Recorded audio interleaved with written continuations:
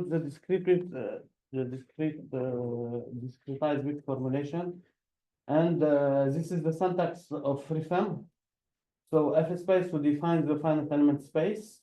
Here the labels where you take all the labels of your boundary, and you solve the problem using solve Poisson here. Int n for the integral, and we will change the int n for the int 1d, int 2d, etc.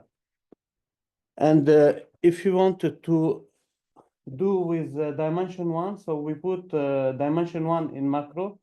We use the if macro here, and then we define the gradient in 1D. For the 1D mesh, we will use the segment in using mesh L, and the int n will be defined as int 1D.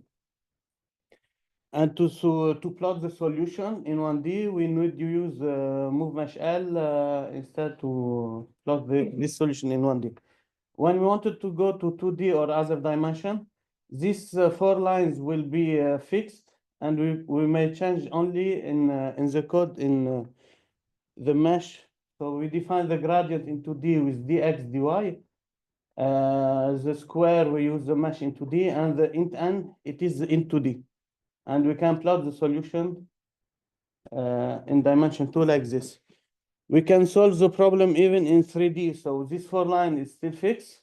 For 3D, we add the gradient dz. We use the cube in 3D, and we use the in 3D inside int n. And we can use also surfacic mesh. So the int n in surfacic is 2D. We can use mesh surface.edp to load the sphere function, and the gradient is in 3D. So here's the labels. Since the mesh obtained by here, we have a boundary label on inside the mesh. So we need to we have boundary condition on this function. Another things I went to Hong Kong recently, and 2 months ago, and they asked me if I can do what we call partial derivative, fractional derivative with FreeFem.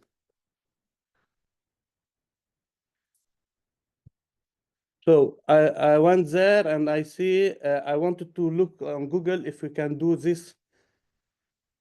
So I see on the community that there was a person who asked about this, and Frederick tell him you can use Fourier method, but he didn't get an answer yet. So when I wanted to there, they explained to me. So the problem that are looking for is the following. Here the domain is for the pollution inside the water, in the underground water. They are trying to identify the source and of the pollution and the intensity of it. So they have this problem is partial derivative dt alpha. Their point source are as a Dirac function, and the partial fractional derivative time is the following this. So using weight and it. The minimization problem that are using is to minimize this functional. So as you can see, it's not easy.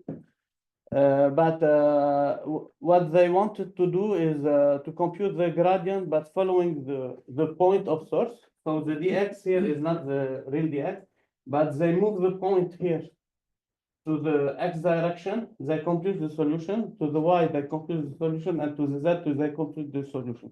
So what I did in FreeFem 2 is how to add a point inside a mesh in 3D or in 2D. So if the point is on a node, so it's okay. If it's on the face, how we build a new 2 tetrahedra or 360 hydra. So I did the function to do this. And the results for them, so this is for in 2D. The code 2D was done with MATLAB.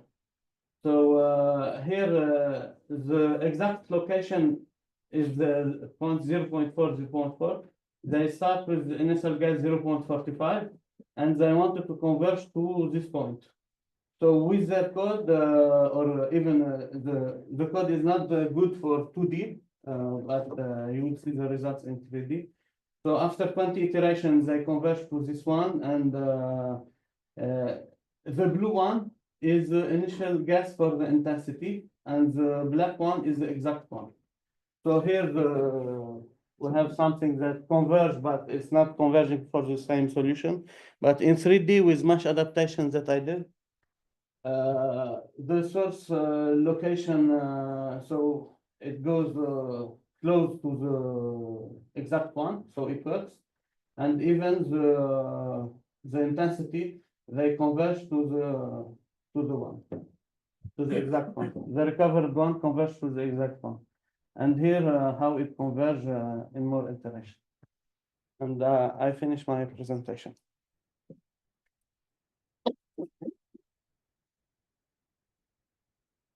So just a question, during your iteration, you rebuild the mesh where you move? Yes. Yes. And why you cannot put the point at the right place at the beginning? No, because the point source, the minimization problem give you a new Okay, point okay. source. So the point source will change, so you must rebuild the mesh. But when I rebuild the mesh, I use the MMG, but without remeshing inside. Yeah. So I build because inside I have the measurement that are obtained from the experiment. You have any other? Yes. The first scripts, for instance, are they available on the FreeFem web? This one? I did it on 5th December, so they will be available. Yeah. Yes. But there are an example, they are very close to that, I think with Stokes. Stokes and Macro, I don't remember the name. Okay. Yes. At the moment, I don't know your definition of fractional calculus. If I consider, if I assume as a capital or Riemann wheel with fractional calculus, then it's only available for homogeneous boundary condition, right? No, it's not. This fractional derivative is not related to the boundary condition. In your boundary condition. There are only directly boundary The conditions. homogeneous. Yeah. So if we have concerns a mixed boundary or non-homogeneous directly boundary, then Yeah. it won't work anymore. No, it works. Due to the singularity. It works. I already did it, and I can show you. So if you, I don't know the analysis behind the. No, because this problem is minus Laplacian mu, it's not plus Laplacian mu. If it was plus Laplacian mu, it will not work. And if it is the plus Laplacian mu, what I did with on brain, if you have the problem is if it's Laplacian mu equal to the delta to Dirac to point source, you must have the sum of point sources is equal to 0. In order to work with Neumann boundary condition. Then how do you impose the regularity of solution?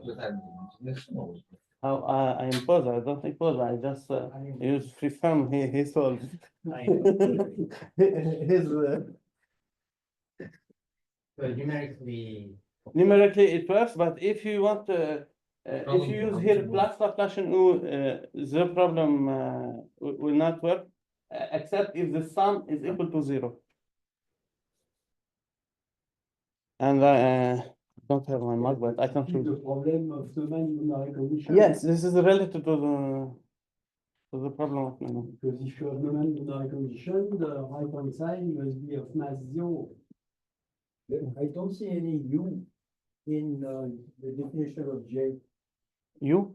Yeah, but you want to find the inverse. I want to find the x and lambda. Yes, okay. So What is the connection with the direct problem? the X is U. fx fxk lambda k is this one. So Is the F- solution, F yeah, is U. f is u, okay. Okay. No, but X is the point. X is the point and lambda is the intensity. So lambda is a time The functional. right-hand side. Yeah, the right hand side here, and xk is the right. Okay. So tensor layer